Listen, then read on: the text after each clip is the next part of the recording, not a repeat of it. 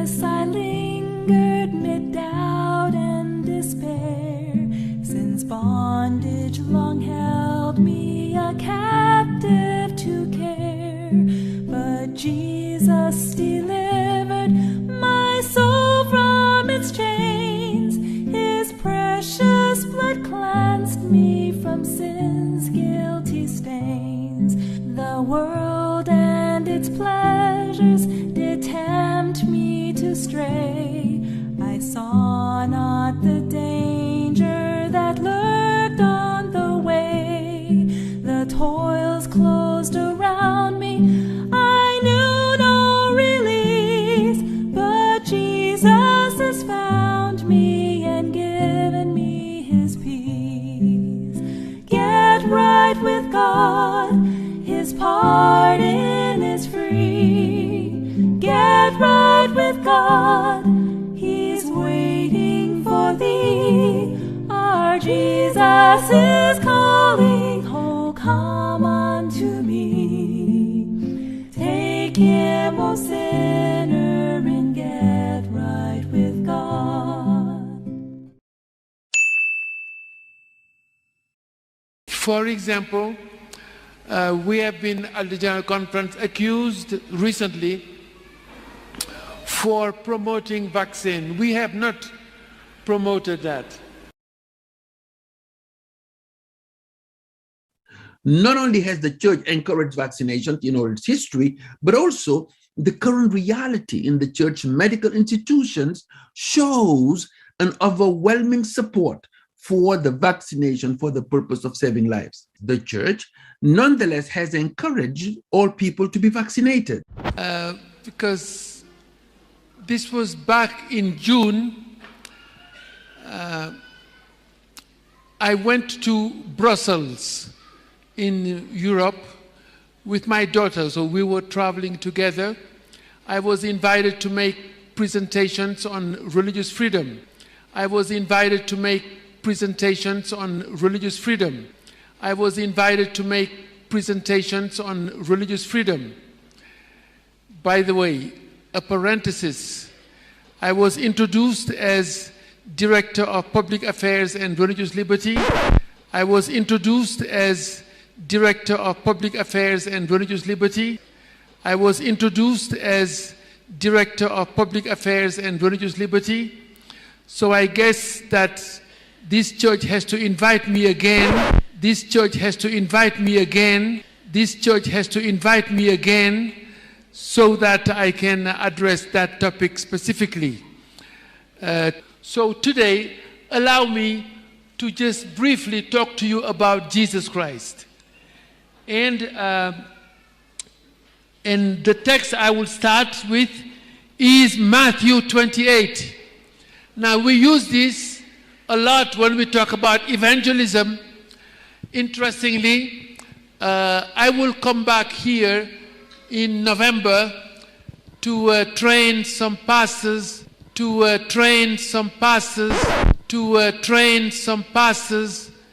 because we are going to have a special effort for government officials,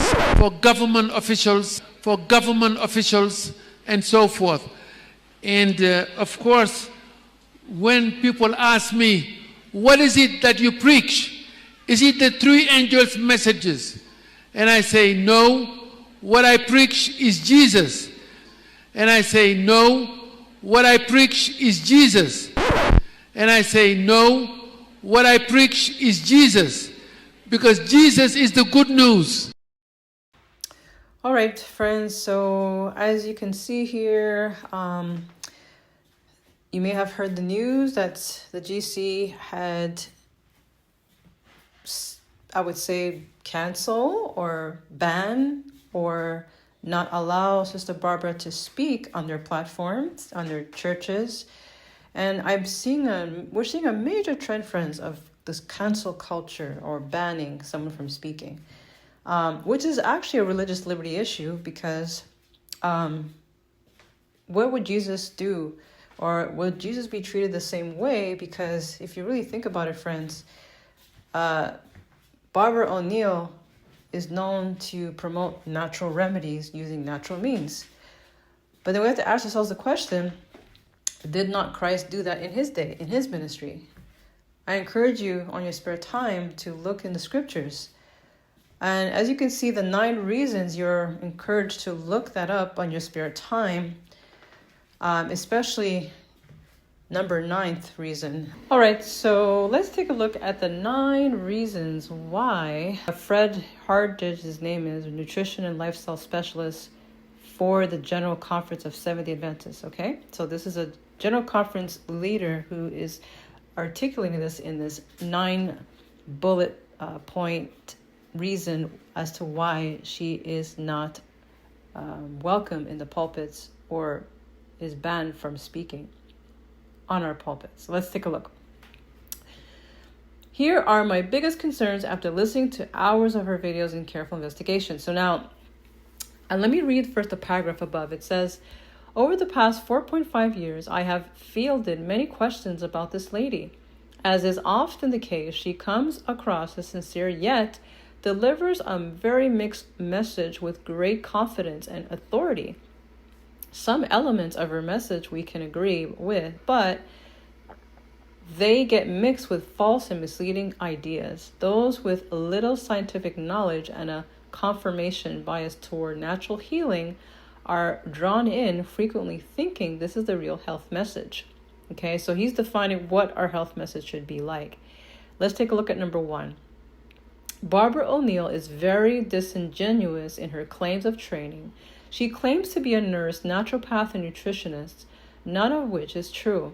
See the Healthcare Complaints Commission's 18-page statement of findings. This is a very informative document and is publicly available in Australia. Okay, so we already see and understand, number 1, that they side already with the Healthcare Complaints Commissions rather than speaking to her directly about her stance and what she studied. Number 2, the Australian government, HCCC's investigation of Barbara O'Neill came about due to complaints submitted to them. After this careful investigation, she is legally prohibited from teaching nutrition or health in Australia, hence her move to the US. Number 3, due to the questionable nature of her teachings and practices at Misty Mountain Retreat, the South Pacific Division has not recommended her as a speaker for several years. Much of what she communicates, basic principles of healthy lifestyle, is a good to a point, but frequently the rationale for doing so is faulty, based on misinformation or pure scientific fiction. This is most likely due to her lack of training in the sciences and the bias introduced by naturopathic philosophy. Physiology, biochemistry, and nutrition texts will need to be radically rewritten if she were to be correct. Number 4, there is a common thread in her presentations of wanting to go back to nature and many references to the ancients, probably originating from her reading of naturopathic materials. Number 5, she is a strong proponent of detox, asserting that all the environmental poisons we are exposed to cause most diseases. She says these come from the foods we eat, cleaning agents, toothpaste, and many other scary sources. Number 6, she strongly supports a total vegetarian diet, but does not believe in fortified foods or B12 supplements. Number 7, she often implies that once you straighten out the lifestyle, all diseases including CVD and cancer will be cured. Now we know what CVD stands for, so let's continue. Number 8, she speaks much about balancing hormones and is death against synthetic hormones. She heavily promotes the use of Australian cream made from yams to restore balance, with no research to back this preparation. She has been opposed to any vaccines for years, but is currently crusading against COVID-19 vaccines, based primarily on the misinformation that is rife on social media. For these reasons, we are not able to recommend her as a speaker for churches or any gatherings. So there you have it, friends. We could see clearly that the General Conference stands on the COVID jab, and we see their stance is very clear here, as the statement allows. Now we got to remember, friends, this is something that we need to, as a people, be aware and pray over.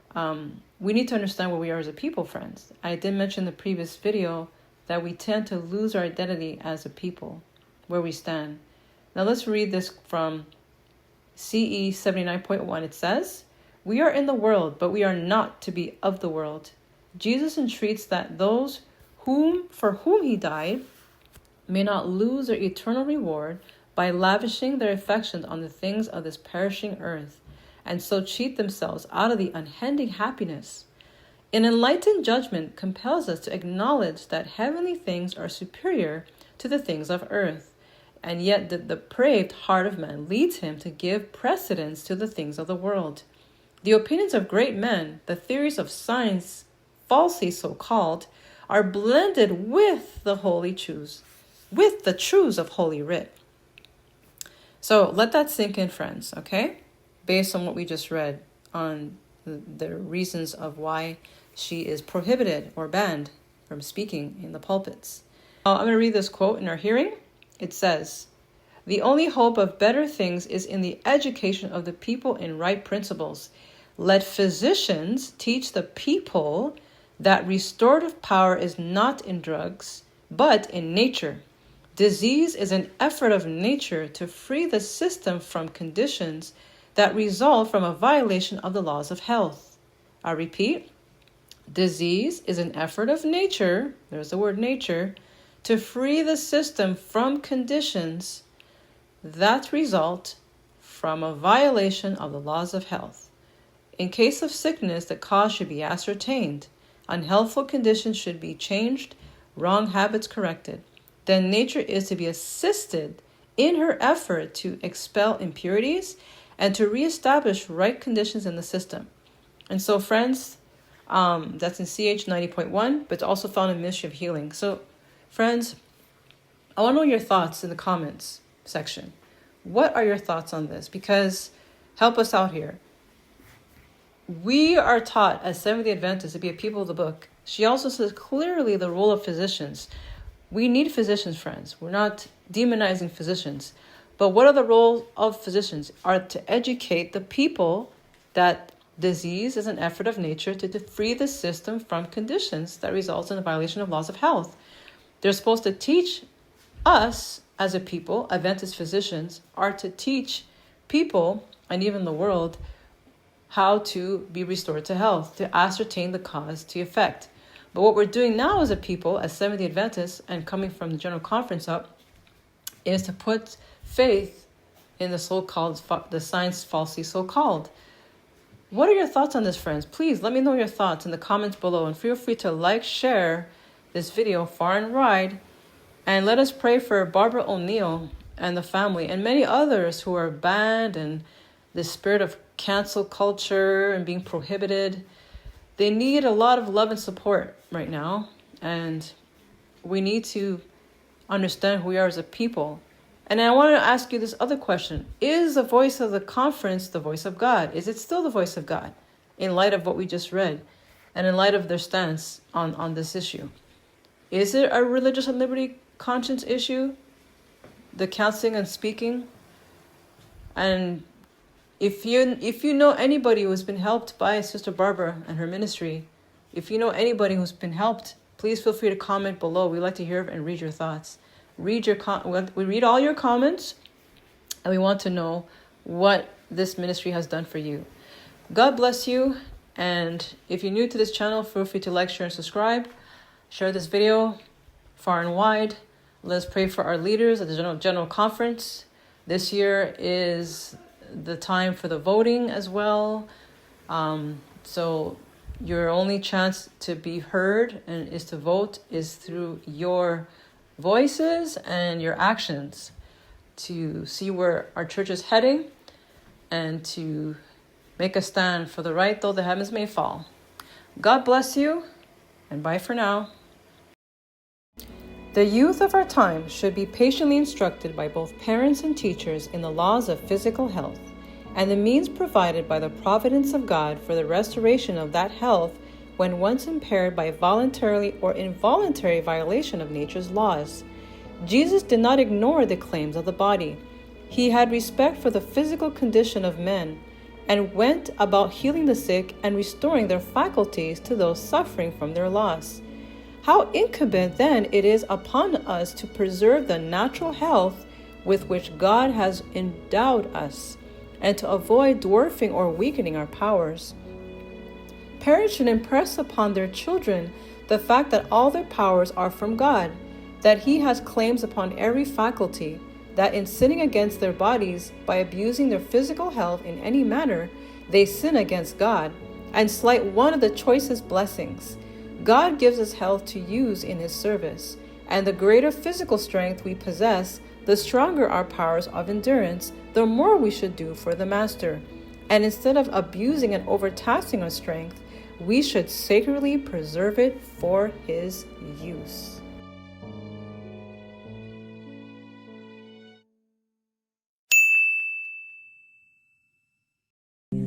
Get right with God, His pardon is free. Get right with God, He's waiting for thee. Our Jesus is calling, oh come unto me. Take Him, O sin.